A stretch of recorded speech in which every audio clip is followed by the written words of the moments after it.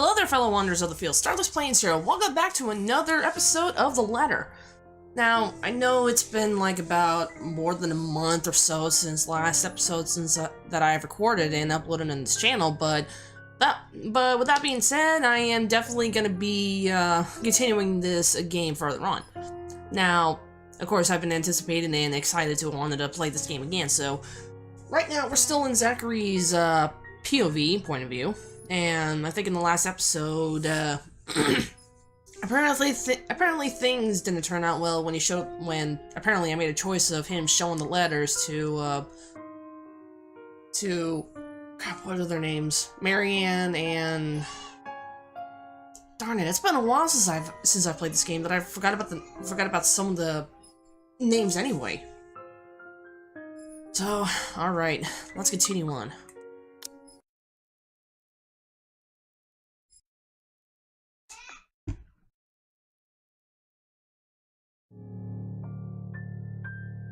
Alright, let's check the journal. Disturbed. Zachary decided to show the photographs to Hannah herself. He was greeted by a worried look right upon arriving at the mansion. Just in time, Hannah appeared to save Zachary from further interrogation. At a request, Zach accompanied her to Luxborn City. In Luxborn City, Zachary and Hannah met with Marianne McCullough. While Marianne was busy, Hannah disclosed her pregnancy and her frustrations to Zach. At the end of our talk, Zachary showed her photos, which earned the disapproval of both women. Yeah, I can't believe I've fucked myself over on that one. And dropped a lot of relationship with Hannah. I was hoping things would be okay, but apparently I made a wrong decision in showing the photos. It's because of the damn curse. Alright. Let's continue on. Alright. Weird. There is one person, though. Damn, I should have thought of that first. Alright. Huh. Hey, wait a minute. Have you ever seen the menu screen for this game? It's the same thing as this one, except it's a little bit darker, but the chandelier up there had candles on. Alright. As it turns out, I do have another choice. I'm not a religious person. I won't identify myself as such. Or rather, I can't. Sure, my grandparents didn't have to force me to go weekly. I'd happily join them. In fact, most of my childhood's Sundays have been spent attending service. It's simply that, as you get older, the more experiences you get, forming your own beliefs on things become easier, for lack of a better word. And at one point, it just stopped. That kind of thing. Nevertheless, I hold no disdain for it. Sometimes, it does help. When things are really, really bad, and the dreams won't stay where they should be, talking does. A bit. It's also a good thing Father Norman's, well, he's not completely the pious man you typically expect. My unlikely friendship only probably happened because he's the kind of guy who's cool with the young ones, as he so aptly puts. And he is, surprisingly, it makes him easy to approach. Maybe he has something to say about the photos as well. It won't hurt since I've already gone ahead and went to Anselm. On daybreak, on my bike. At the very least, I know I won't get shouted at by whoever answers the door. Unless someone does that inside a church. I highly doubt it. That's really rare for someone to shout through the church. I mean, yeah, I used to go to church back when I was a kid. First I was going to a Baptist church, and then like a Pentecostal church, but I stopped right then and there years later throughout my high school years. I don't know why. I mean, anyway, let's move on ahead. I don't want to get into anything regarding religion or anything, but okay. Despite its age, the Luxborn Church is a thing of wonder in itself, with its high vaulted ceilings and intricate stained glass windows. One of the many gifts the Ermengarde family donated to the community in its early days. So I heard from Rebecca. She mentioned this once, although most of it flew over my head then. At this time of the day, the church is mostly empty, save for a few visitors and ushers shuffling about, then muttering their prayers under their breath. The scent of burning candles and incense permeates the air, giving the place a general feeling of reverence. Pretty welcoming, all in all. Even so, I keep the noise my treads make to a minimum. Disturbing the quiet feels like a sin alone. An usher points me to a pew in the front of the altar when asked where Father Norman prays. He mentioned something about the good priest not being in good health. Ever since he was asked by a couple to bless their new home before moving in. This is the first time in days he's left his room. No surprise there. No weird heat lately. Even Rebecca caught something. Nervous little chap, the kid. Nevertheless, he leads me close to the door of the dyes, with a reminder not to stay too long before walking off. Seconds later, Father shifts and stands. He doesn't seem to have noticed me, and I have to give him a little tap on the shoulder. When he looks, though, to say he's surprised is an understatement. Stay away. The fuck?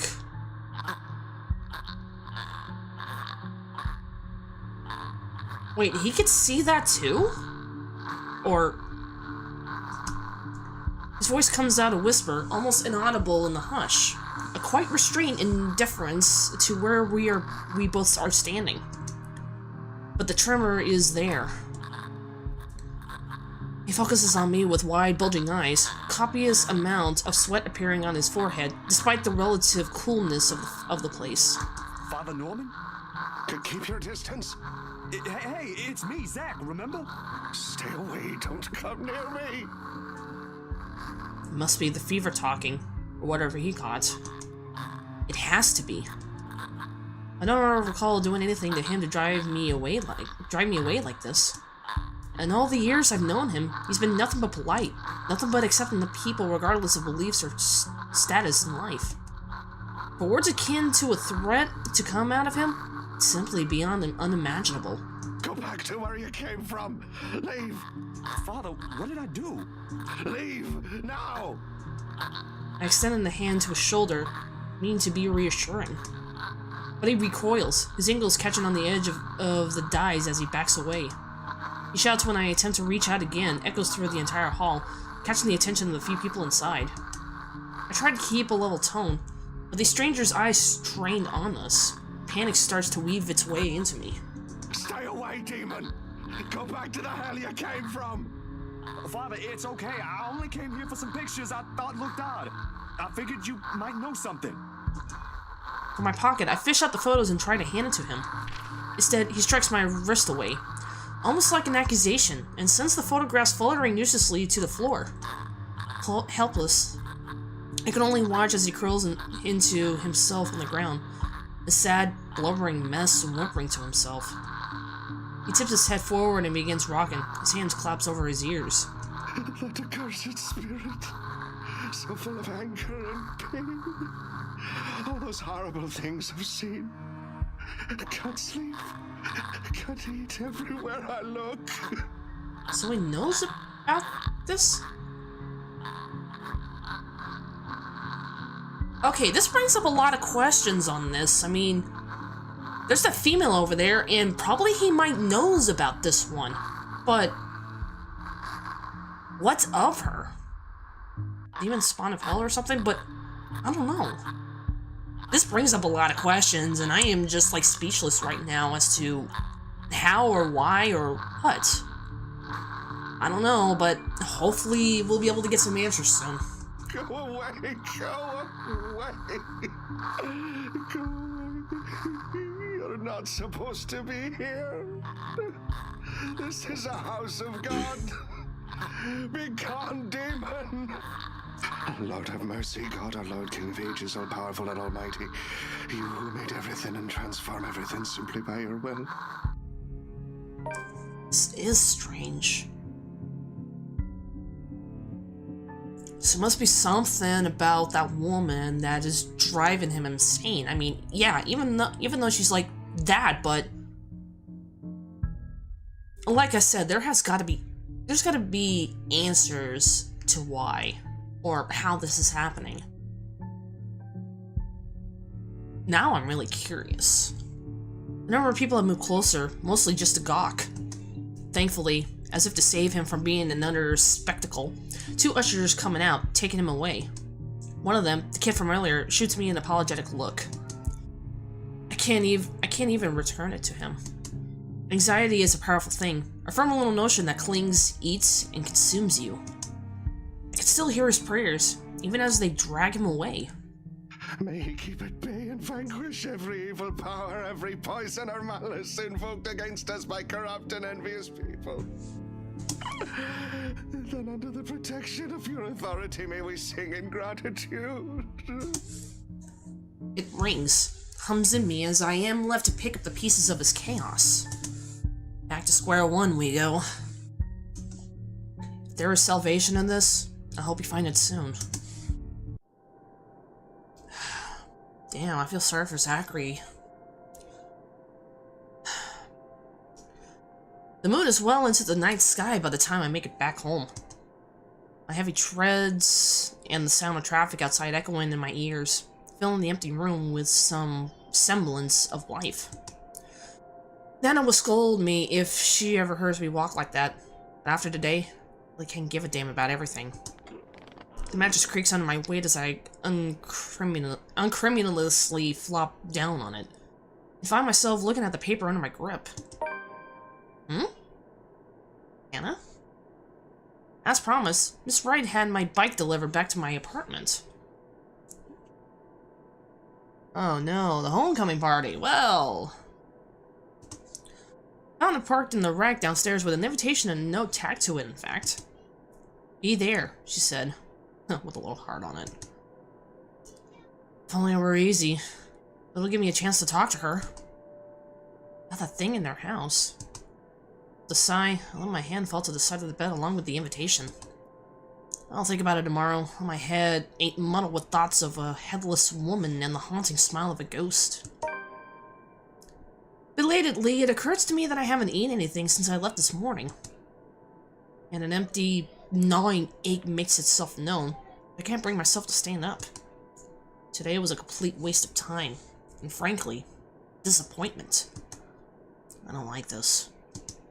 The lack of certainty, the disquiet, the lack of stable ground to stand on, the part where I do not know what will come tomorrow.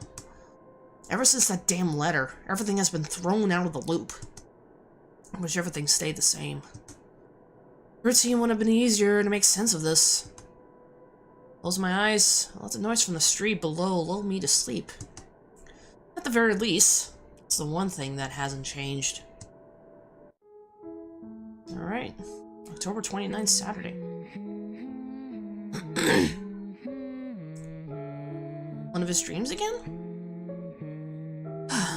The melody carries into the hall long before I cross the threshold. Solemn, but gentle and soothing, a reminder of what home is. Pa's firm but meaningful gaze, Ma's wistful smiles, the warm rays flittering through the eaves at sunset, the distinct smell of wet earth and leaves after a long day's rain, and our room. The room. Ma and Pa's pride and joy. A place where we were once promised several springs ago. Yet it won't stop. No, wait! Come back! I'll be good this time!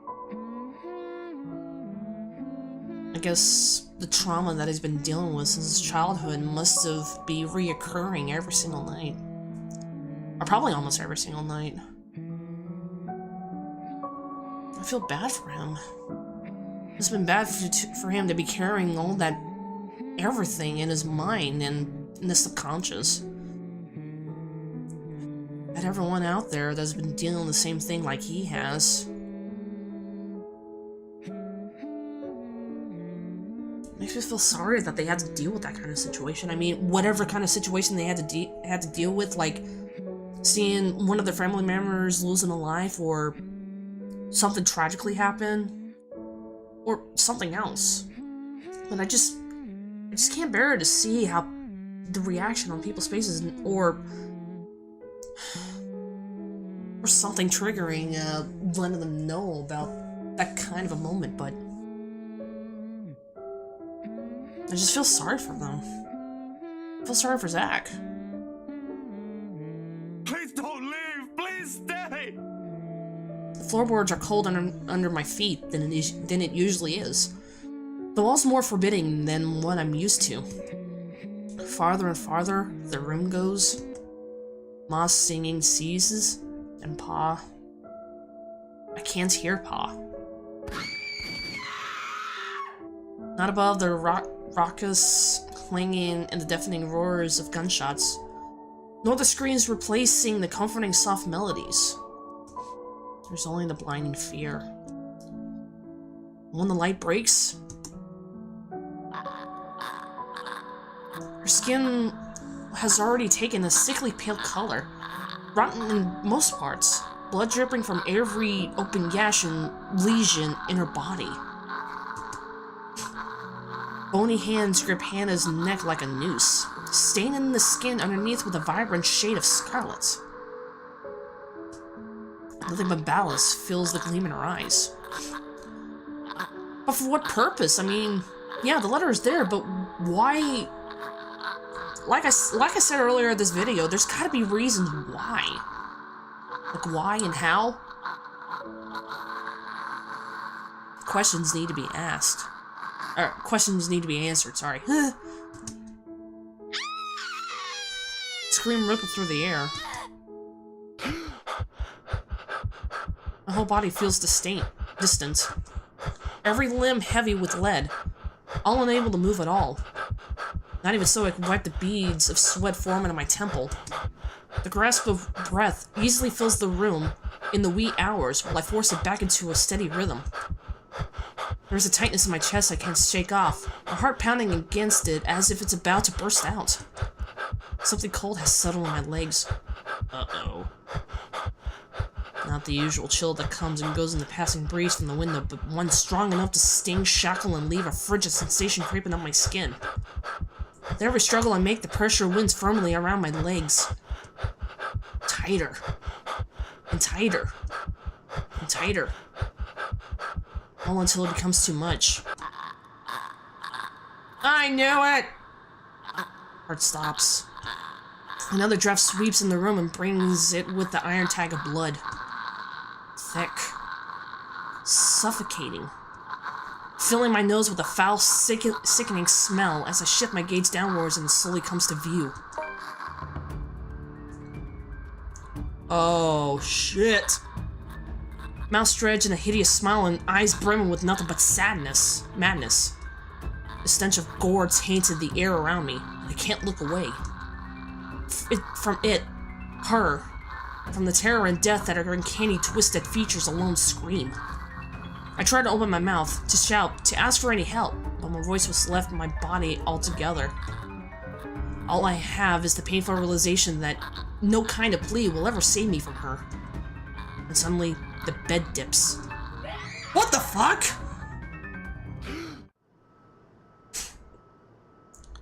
The brutal plunge back into myself jerks me awake. There's no ear-splitting scream, no wild thrashing of limbs. Just a painful, constricting awareness that something has wound itself tightly around my neck. I waste no second pulling the blanket away, but allowing myself a few seconds to steady my breathing before getting off the bed. Inhale, hold, exhale. 1 step, 2 steps, 3. But the dreams have gotten worse. Ever since 2 days ago, no longer are they the small cursory flashes that I'm used to, but vivid ones that linger. I can still feel this blood in my hands, the putrid smell of rotting flesh, the sickening crunch of bones creaking with every movement, and her cold, chilling eyes as they bore into me. I'm drawing a long, ragged breath, and before I know it, I'm walking out the door. Even in the waking world, it reeks. Bench on the Park is far from the most private places for thoughts in Luxborn, considering its location at the heart of the bustling city. But in the early hours of the morning, it provides enough peace and quiet for any poor, problematic soul who happens to wander here. The city is just waking up, a little later than usual. But knowing what day it is, One can't fault it for being a little tardy just this once.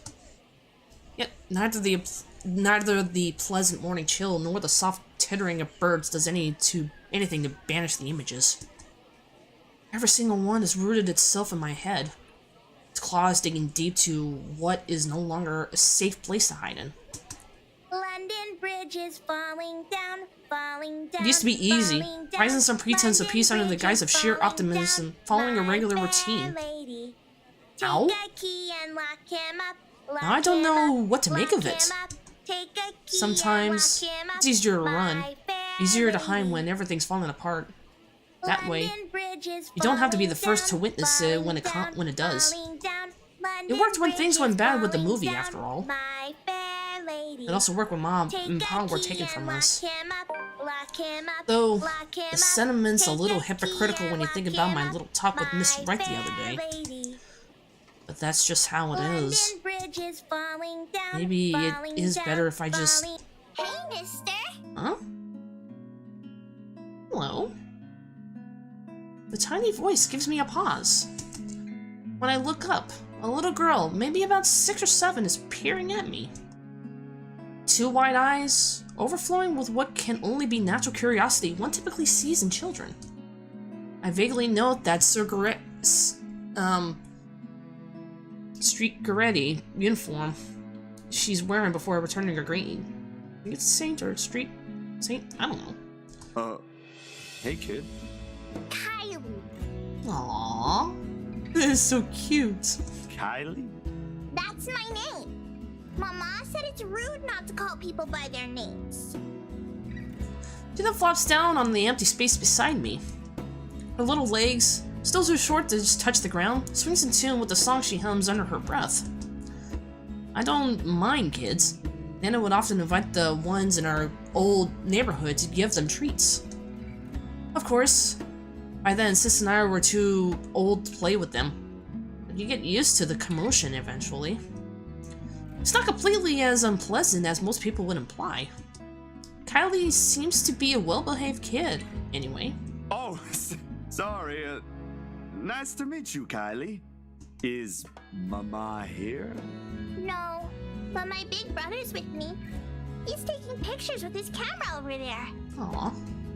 She points to the far end of the park, the one closest to the street where a kid is taking shots of something above him. It doesn't look to be birds because all there is the side of the park are buildings. I don't see what's so interesting with the tip of a building, though.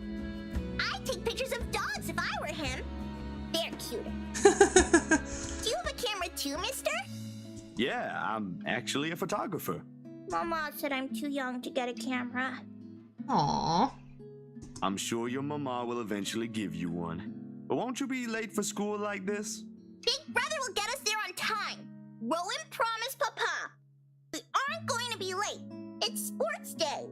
So it's not good if you keep looking like that today. Aww.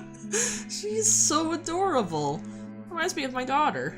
If it ends up raining and we lose, it's your fault. Aww.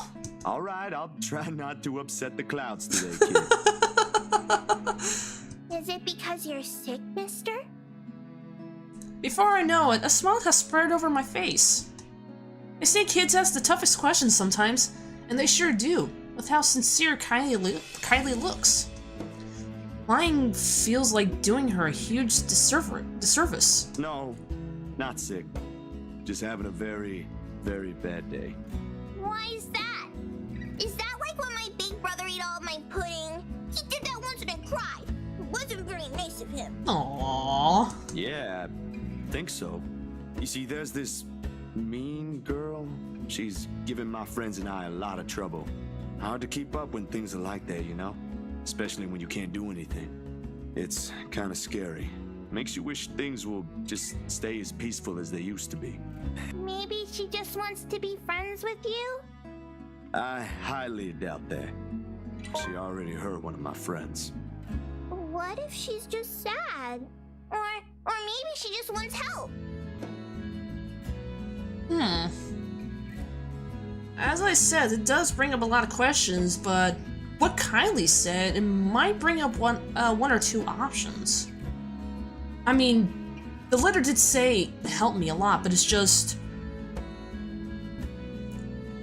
could it actually mean that this person that wrote the letter needs some help or something? But if she were to just say that, then why is she going after all these 7 people? This brings up a lot of questions, and it's like, whew. I wanted to know more about this and what's the cause of this, or what has happened. That's what happened with Melody.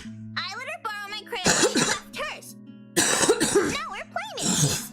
Aw. It's not really the same thing, Kylie. What she did, they're pretty bad things. I still think there's another reason. Did you try talking to her? That's what Mama said I should do. I don't think that'll work either. Huh? You haven't even tried yet. You sound like Rowan. You're just scared, mister. That strikes a chord. Maybe it's the honesty in her tone, or simply the truth in the words itself. I don't know why, but I can't help it. I laugh. Loud enough to disturb an elderly couple taking a leisure walk nearby. Why are you laughing? That's nothing. You're a really smart kid, you know that? That's what I've been doing, ain't it?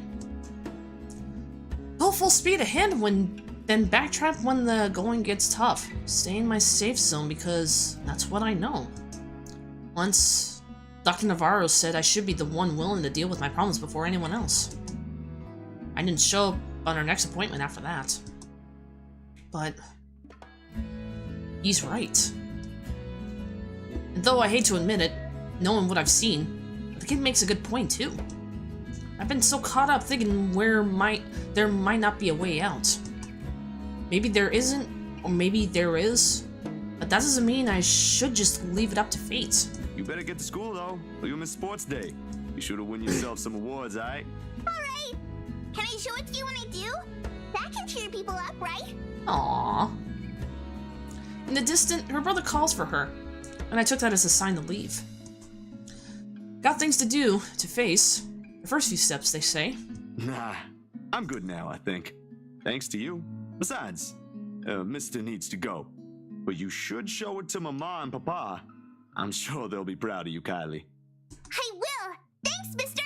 Bye. Aww. I give her a little pat on the head before I head my way. A small gesture of thanks from a stranger she doesn't know she might have helped. She may not understand it now, even though at such a young age she already has this understanding of things, and maybe when she's older, when the world is no longer seems too big for her. But aren't you going to help me, mister? With what? Confused, I glance back. The hell? Whatever cheer our little talk brought has vanished under the shadows, suddenly dancing in my eyes. This frigid air is almost definitely not how the morning chill could feel like. Bitter, stinging, unwelcoming. And the kid. What do you think, mister? Are you going to help me? Leave us alone! What did we do to you? The response never comes, however. Because when I blinked, gone. Hello? Mister? Are you okay? For several passing seconds, I let my stare linger on her face, waiting for any sign of another change. But all that remains in there is the carefree smile of a child. None of the spite, none of the cold, bloody smile. Nothing. I really need to go, Kylie. It was nice meeting you. See you again, mister! I break into a run. I don't look back. Not even as I bump into a couple of passerby as soon as I'm out on the busy streets. Going insane. This is what it is. And if we don't do something soon, we all will be. charm was following me even as I get home. I had hoped a little stroll around the block for a few hours would help. Instead, I am assaulted with more images of her. Her smile, the loath in her eyes, the stench of gore, the horrid crunch that comes with every moment she makes. Even old memories have been sullied by her, and Ma's song no longer sound as sweet as it meant to be. In the end, all I got is this sinking feeling I will never be rid of her image. And another ridiculous idea that may or may not even work. The sun is already hanging low on the horizon when I make it back. And for the first time, coming home feels more like a chore. Only, I did not arrive to an empty room. Because as soon as I opened the door, I greeted by none other than... Sup, Z-Man? Aw, come on. I told you we should have called him before going here. It's fine. Huh. Ashton and Isabella. It is Ashton I see first, sitting comfortably on my couch, munching on a bag of chips with both feet propped up top the coffee table. Whatever proverbial stone has made him a home at the pit of my stomach automatically flies right out the window at the sight of him. But before any exasperation can set in, my attention is taken by the other occupant in the room. Isabella perched on the only chair in the room, intent to make herself smaller, it seems, from how closely she's hugging her arms all against her. Nevertheless, she gives me a small smile when she notices my stare. Yet, somehow, there ain't any warmth in it like it's supposed to have. Hey, Zach. Sorry we just barged in here. Ash was... Relax. Z-Man gave me a copy of the key himself. Only after you broke the 13th one? I can't keep replacing them every time you think it'd be a good idea to break into my apartment. Wow, really? And stop calling me Z-Man! I didn't break anything this time. Ash, just because I gave you a key doesn't mean you can just stroll in here whenever you want to. And, hey, is that my... He smirks at me because, of course... Oh, darn it. I accidentally pressed the space button. He pops down what's very likely the last piece of chip in his mouth and folds the wrapper neatly on the table before throwing it in the nearby trash. From her chair, Isabella shoots me an apologetic smile as soon as the foil hits the waste bin with a dull thunk. Common sense dictates that I should be angry. But after everything, having something normal play out in front of me, no matter how childish their antics can get, I can't bring myself to muster even a tidbit of it.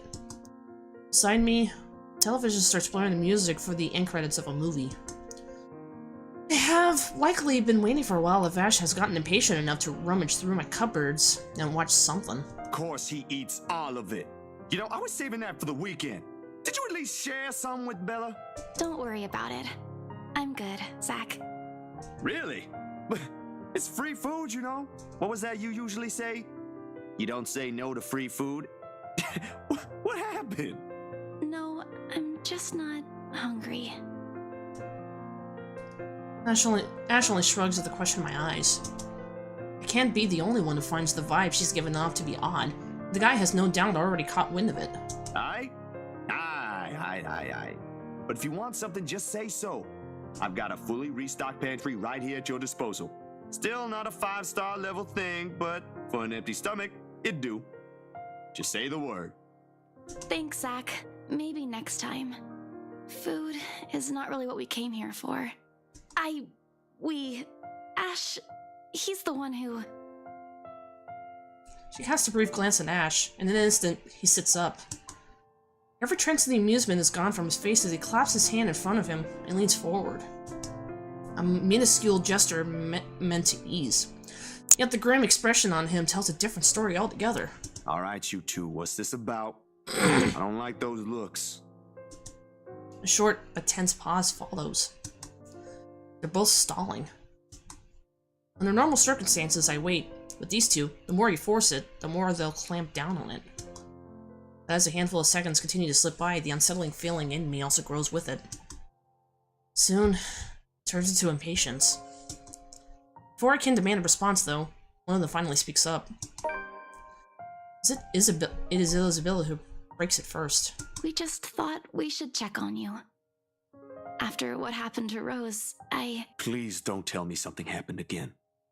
No, Nothing. None so far. And we're keeping it that way as much as possible. Ash, it's not that easy. This isn't some... We don't know that. Let me... The bit of frustration in his tone is impossible to miss, but he catches it as soon as Isabella draws back. He allows himself a moment to breathe before dropping it for one less harsh, more tempered, gentler. Let me look at this first, okay? I agreed to help, but you've got to let me handle things from now on. I already told you everything. There must be something we're not seeing in this just yet. We'll sort this out, but no more silly ideas and running around on your own. You're making people worry more than necessary. Especially. So everything's fine? Depends on who you're asking. How are things with you? Anything odd? Good, I guess. Admittedly, how things went down at the housewarming party last night threw me off a bit. I'm not asking about that. Remember the letter thing Isabella's been yapping on about? I'm asking about that kind of odd. I looked at him. Gaped. More like. His serious expression doesn't waver despite the perplexed look I shoot him. There's a brief second I let pass as I wait for the heavens to fall somewhere. It doesn't come. The sky is still bathed in vibrant reddish hues as it waits for the night to arrive. Luxborn is still the same busy city, and everything in my room still appears as it did a second ago, including the unnerving ticking of my wall clock. But if Ashton, calm, cool, collected, always logical Ashton, takes interest in this, something or someone must have fucked shit up somewhere. Well, the dreams, they're a lot worse than usual. There's a woman now, ever since we saw that letter. I don't know if it's the same one Isabella talked about. Maybe it is, maybe it ain't. I really don't want to go back to sleep sometimes. Last night was the worst. Anyway, why are you asking about this? Rose's death isn't just a coincidence, Zach. It may have something to do with... I may have... Wait, stop right there for a sec, Bella. I thought you ain't buying this stuff, Ash.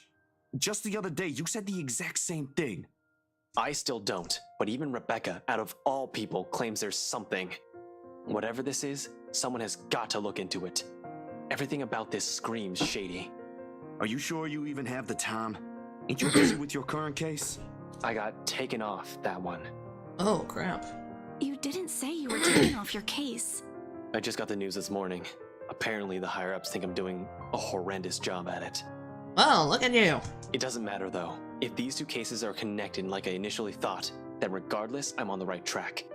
Are you sure we should even be doing this? Doing what exactly? There's someplace we'll visit after this. Too vague for comfort, Ash. And please don't tell me you're bringing her with you. His affirmation comes in the form of a stare, but that alone says all I need to know. What I pointed out gives him a pause, though, and his voice is thick with hesitation when he addresses Isabella.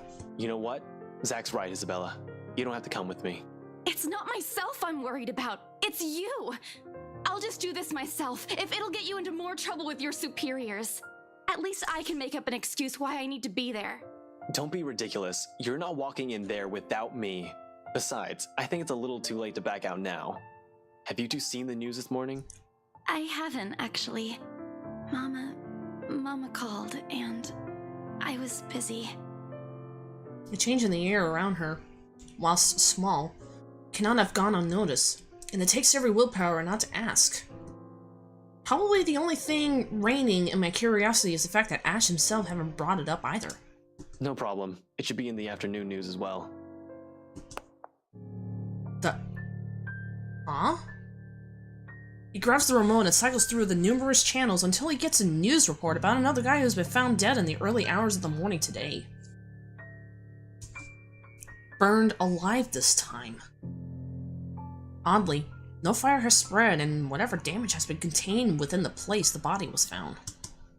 The room itself, however, has been completely vandalized. Help me. Help me. Help me. Another murder, the authorities claimed. Isabella and I knew better. None of us shift even after the report ends, but the room was suddenly felt stifling. Ashton's eyes has gone hooded with what appears to be restrained anger, and the remote in his hand creaked mildly under his grip. The stone is back in my stomach. A tiny little thing rippling on my insides, growing with every passing second as the dread sinks in. In the thick of it, Isabella's voice is the one that breaks the hush. A small, wee thing in his own that wavers unevenly between words, but every syllable heavy with meaning. This is because of that thing, isn't it? I did this somehow. When it fades, all that is left in the air is our doubt and fear, while all we can do is to cope. Is there something I could say to make her feel better? Well, we could definitely try to fix this. I mean, I can't stay quiet. It ain't too late. We could still fix this. There's 3 of us here. 4 if you count Rebecca. No, she's staying away from this. She lifts her gaze at me, eyes steady and shoulders squared as he holds it against the baffled look I give her. Although, in the next second, it immediately softens, and it takes me by surprise nevertheless. In those brief moments, it's like I faced a different person. I don't want to involve her in this any more than I already have. Both of you as well. I already said it. That's completely out of the question. Stop asking. Still in all, that's 2 extra heads who can do the thinking. Between us 3, I'm sure we'll figure something out pretty soon.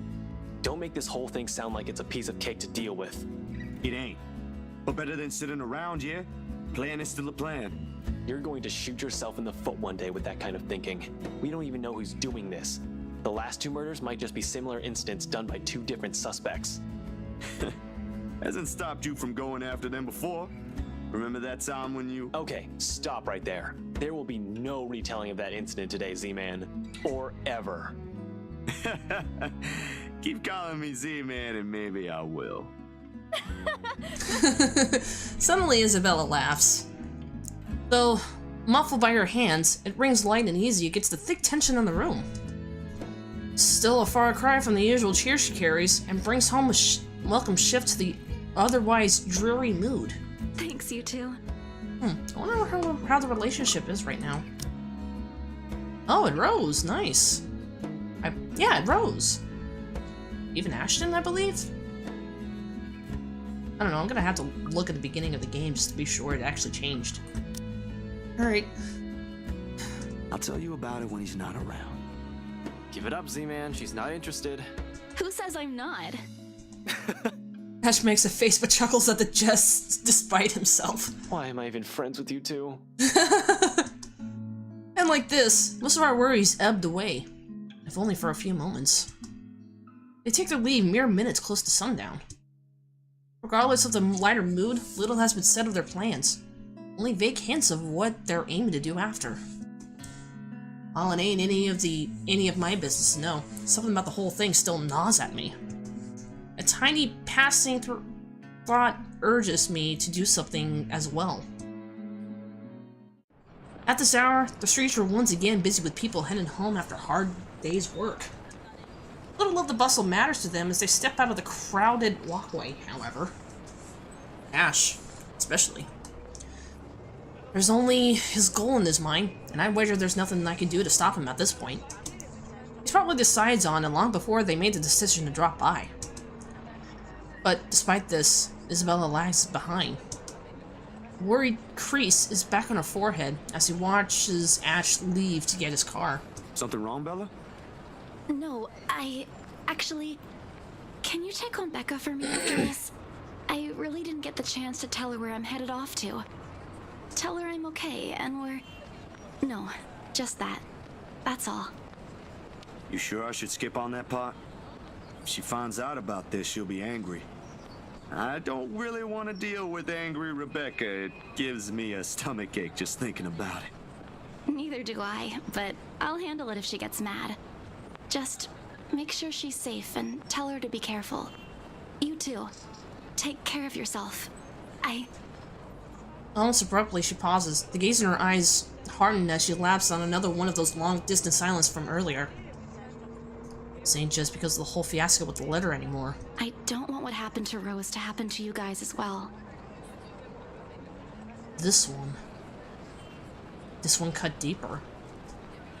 Before I can ask about it, Ashton returns, casually swinging his car keys in one hand and gestures as Isabella. Come on, we don't have much time. Shirley's waiting. Shirley? Who's sure? Oh. Oh, his car.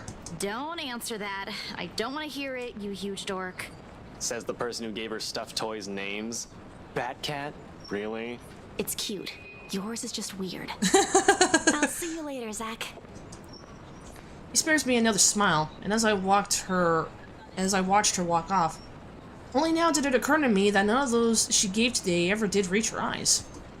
I made a grab for the back of Ash's parka. He staggers briskly before correcting himself and shooting me a confused stare. Is she alright? What? Who's okay? Isabella. She's been, I don't know, out of it today? Did something happen earlier? The scowl on his face says it all. She's actually been like that this morning. I'll ask, but... Just do me a favor and watch over her. We have no idea what we're dealing with. I don't know what happened to her since the last time I saw her, but from how she's been doing today, whatever it is, seems like a pretty big deal. Wait, you didn't annoy her again, did you? Because I swear to God, if you did, you've got another thing coming for you. What? No. Why would I? Just so you know, I already apologized for the one at the movie house. Granted, she deserved more of an apology, but I meant it that time. I'm just asking. I'll take your word for it. But if you can find out what's bothering her, that'd be nice. Honestly, I don't think it's the letter this time. I'll see what I can do. Make sure you keep yourself out of harm's way, alright? Yeah, you too. Don't do anything reckless again. Reckless, no. But I can't make you to promise I won't do anything.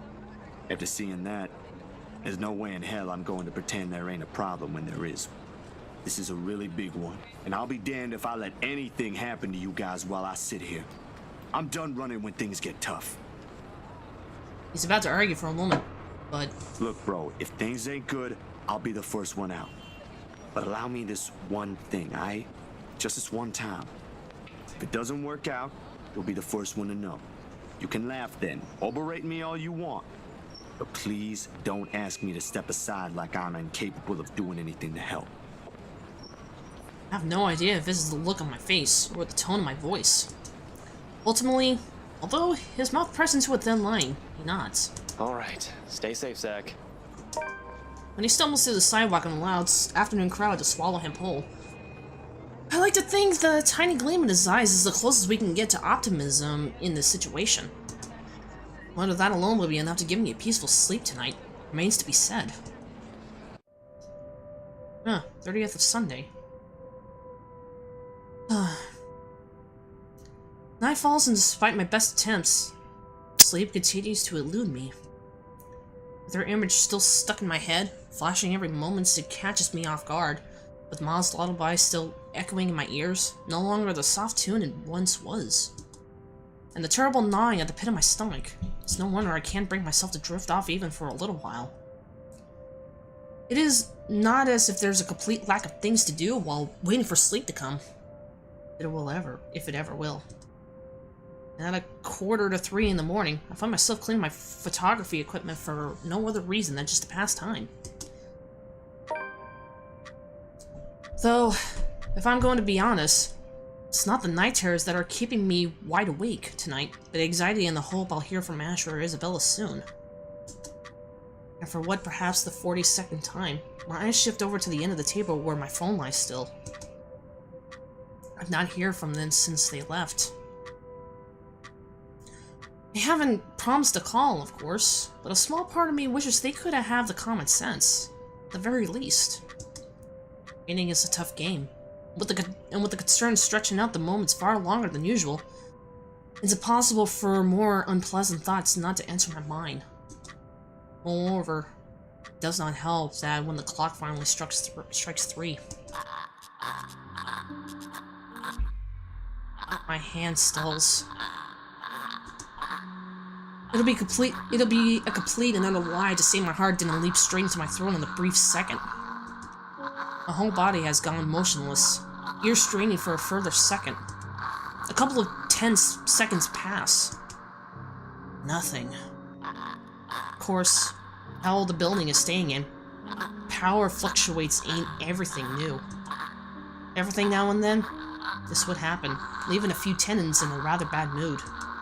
Nothing unusual anymore after a few years of living here. But this time, sudden hush brings with it a stillness that raised the hair on the back of my neck. I set my heart beating hard against my chest. Something reeks in the air, and in an instant this place is no longer home. It's a prison. Every rational fiber in my being screams at me to leave. I force myself to swallow and keep a clear head as I lay down all my cleaning tools and begin gathering together the rest of the things scattered about on the table. The cameras, body, lens, filter, diffuser, phone, everything my hand could reach. But in resulting panic, like in the nightmares, it is the scent that reaches me first. A foul, putrid smell filling my lungs with the very stink of death. My fingers clamp tightly on the camera, holding closer to my body as if the tiny things could provide enough protection to whatever is with me in the room. Won't. But it's the only comfort I have. Hello? I know you're in here. What do you want? Something moves behind me, a soft scuttling over the walls behind me by the squelch and painful creaking of what I can only be rotting flesh and broken bones. Without hesitation, I roll around, my fingers at camera ready, patiently waiting for another movement. Leave! Leave now! There's nothing here for you! There's a brief moment of silence after. In a short while, I think my pleas worked. When, with no warning, the shuffling resumes, and along with it was a sobbable woman.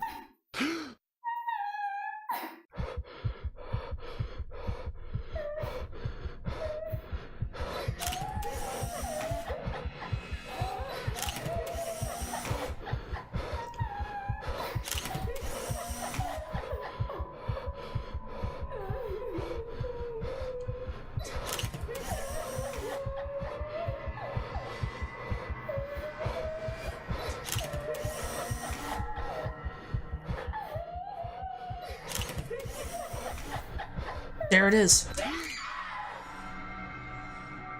The light flashes fleeting at one last time, allowing me to glimpse of her grotesque, misshapen gestures before it's once again lost in the darkness. All of a sudden, her tune changes. No longer a soft cry, but a high-pitched shriek brimming with pain, grief, and anger. Every ounce of courage I muster flees from my body in the sound, and the next thing I know, my hand is gripping the knob, and I'm wrenching the door open. Her wails follow me as I flee into the night. Payson has always been more of Ashton's things than mine. When I want to think, I sit and let the minutes tick by until an idea comes to mind or my pulse settles down. And yet, dried leaves and twigs cracking under my shoes as I make another pass at them. Terror is too mild to describe what this is. There's no way in hell I'm going back. Whatever she is, pleading won't work. The moment we saw the letter, she's been after us. But I can't run. Not this time. Nearly 2 hours has gone by since I left the comfort of my home for the solitude of the park. 2 excruciating hours since I've started making calls. No one's answering. Not even Rebecca, who's always kept her phone line open in case other people need her. Or Isabella, who frequently checks hers for any messages and readily responds as soon as she can afford. Does not help that Ash hasn't said a word where he went off to, as well. Damn it! I knew I should have asked him before I let him leave. Knowing him, he can be anywhere. But there's really one place he'll likely be at this time. The Ermengarde Mansion. The sun has already peeked over the horizon when I make it to the mansion. I have no idea what I'm expecting to see when I got here. There's Ashton, first and foremost. A part of me wishes my assumptions are correct, and he's really somewhere close by, on a stakeout. I've never been the lucky sort when it comes to that kind of guessing. And even after I made a round of the immediate vicinity, I could find neither hide nor hair of him. Calling him does no good either, considering how awful the signal is here. Can't be too far, if he's really here. But if he is, he would have already noticed me by now. Instead, there's only silence. The behind, too quiet to find any sort of comfort in. Even the trees seem to have fallen asleep with the rest of the mansion, oblivious to what's happening around it. A small island of stillness in the otherwise fast-paced world. No wonder the whole Anslin feels as odd with the rest of Luxborn. While the city is alive, growing every minute, breathing every second, and pulsating with life, the village remains unmoving. Unchanged. It's not surprising the legend still lives up to this day, and why she's still here, walking its hollowed halls. And beyond me, the mansion looms ominously. But now ain't the time for fear. Even if Ash is not here, I've still got to let the Wrights know what I've seen, what's in their home. And whatever grievance Ash has with them, doesn't matter. There might be grounds for imprisonment, but they don't deserve a brutal death at the hands of one malicious spirit. And I'm sure Isabella would want the same thing. I head straight for the door without a second thought. It takes a few rings and the sound loud above the foreboding stillness before I heard footsteps on the other side. God and Janet, only a Nancy would knock at such an ungodly hour. Where's that damn butler when I need him?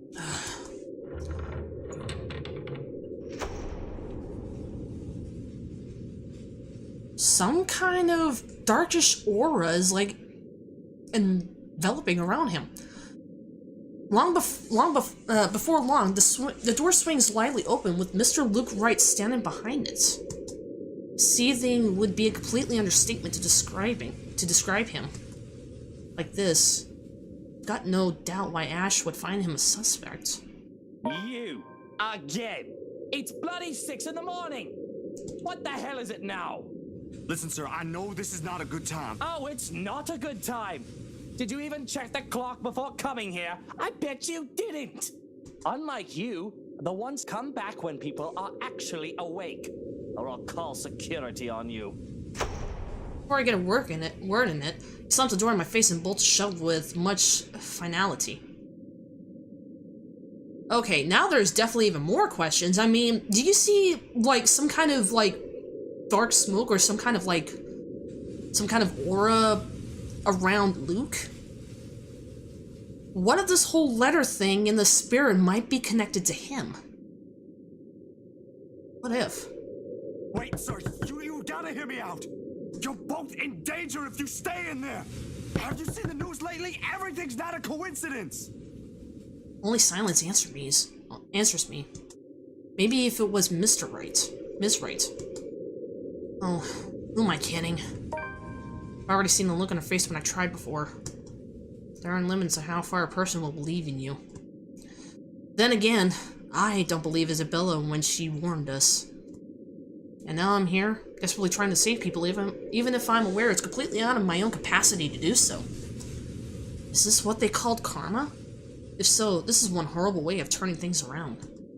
Taking people's lives, playing with people's fears, making them feel useless. Ooh, excuse me. You're around, ain't you? You here? Inside this house? Listening, watching, or whatever it is that you spirits do? What do you want? You're already dead! Leave us! Nothing. I don't even know who I am talking to, or if a sane person is supposed to be doing that.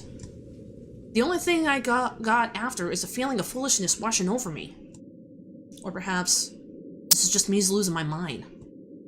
Out of other options and any other ideas, I let my hand slide up the door's surface and fall listlessly to my sides.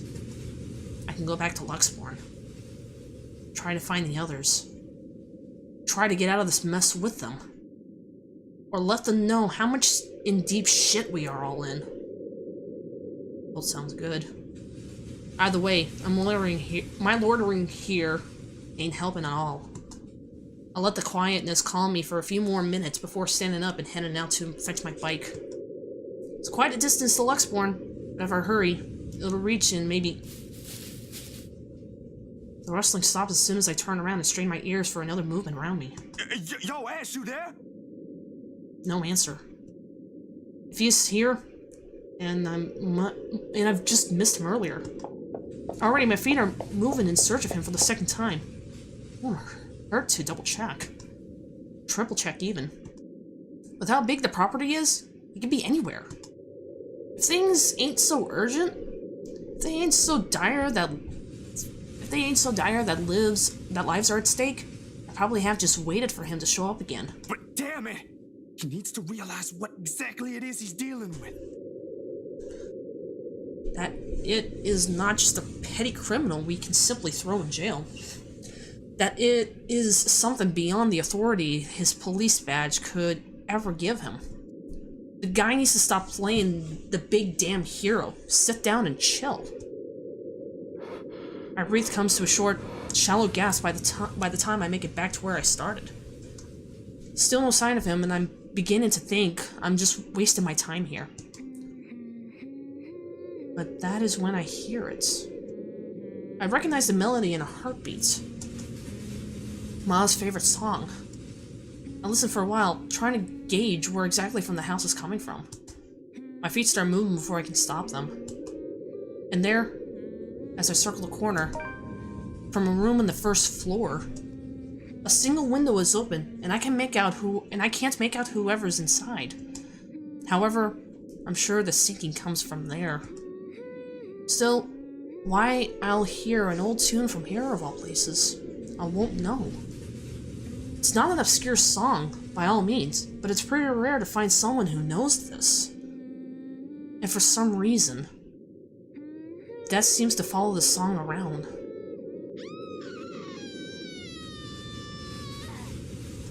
Panic lodges itself at the base of my throat at once. Whoever's humming might be. I don't want to be pessimistic now, but on the off chance that it might be Miss Wright. Shit. I should just barge in there. I can put myself in danger before I can save anyone. Ash will tell me so in the exact same words. Might even write me a dissertation why this is a bad idea if he ain't so lazy. But damn it, god damn it! Excuse me. Someone could be in danger. Keep looking for Ash? What will Ash would do? I could search for Ash, but what if it's too late by then? With how big this place is, he could be anywhere. And it's very likely by the time we come back, someone's already bit the dust. That, and the cries grow louder against my ear the longer I linger. Almost impossible to ignore, drawing me in like a moth in a flame. For a moment, I let my shoulders shake and the uneasy feeling off my head. This can't be a good idea. Not by a long shot. Still, I've gotta try. Funnily, enough for a couple as high profile as the Wrights, they don't seem to have any security detail patrolling around. A few guards here and there, sure, but one will expect they'll have more considering the size of the place. It works to my advantage, though. I really can't complain when there's a high chance I might get arrested for what I am about to do. Luckily, the window's wide enough for me to fit through without making any noise. There's certainly no going back now. Alright, I'm definitely gonna leave myself over here. I think I've already played this long enough. I mean, wow. Believe me, there is like a bunch of questions happening in this section of the game. A lot of it. Now the question, why is this spirit just like roaming around? Or the little girl? Or... And also the darkness looming around Luke. I'm having a funny feeling there might be a connection from him. But I don't know. I mean, it may be just a hunch, but... I don't know. But we'll find out in the next episode. So, alright. So, that's all for now. Thank you all for watching. Hope to see you in the next episode. See you then.